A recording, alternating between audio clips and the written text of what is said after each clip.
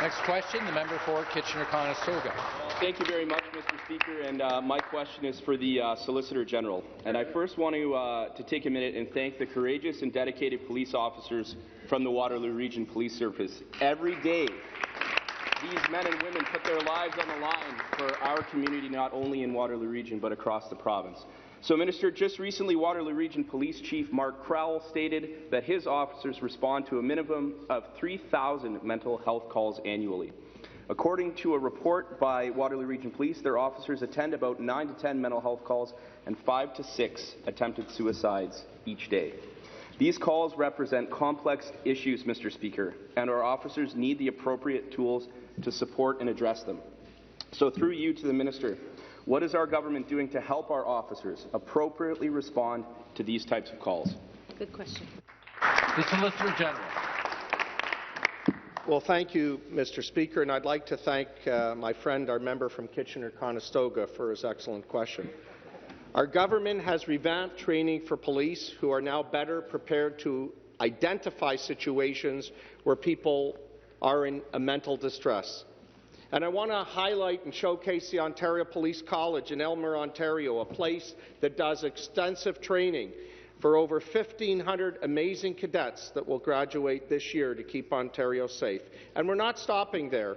Ontario is currently funding 18 mobile crisis response teams to ensure better outcomes and appropriate responses. And we're investing more than $4 million over 2 years to keep all of Ontario safe. Mr. Speaker, these are incredible people who protect us every day. The supplementary question. Well, thank you very much, Speaker. And back to the Solicitor General, and I want to thank him for the response. And we do benefit from one of those teams in Waterloo Region, the Impact Team, which is phenomenal. We have crisis clinicians embedded with our police officers that are able to actually go out to these calls. But I did want to actually just highlight a couple of more things that Chief Crowell has mentioned. And he further indicated that a different approach for police officers to respond appropriately to mental health issues is needed.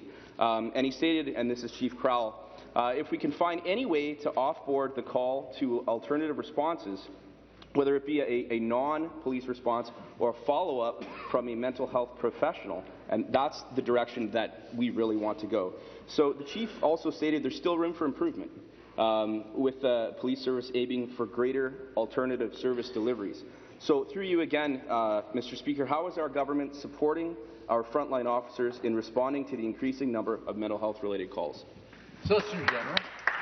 Well, Mr. Speaker, and again, thanks to my friend from Kitchener-Conestoga, we continue to take action with funding by our government. The Crisis Call Diversion Program in Waterloo went live in November 2022, and Ontario has invested over $9 million over 3 years for community engagement and well-being branch with the Crisis Call Diversion Program. I want to give a shout-out to the great chief there, Chief Crowell. The Crisis Diversion Program engages mental health professionals in the Waterloo Regional Police Communications Centre with the goal of diverting appropriate mental health-related calls away from traditional dispatch police response.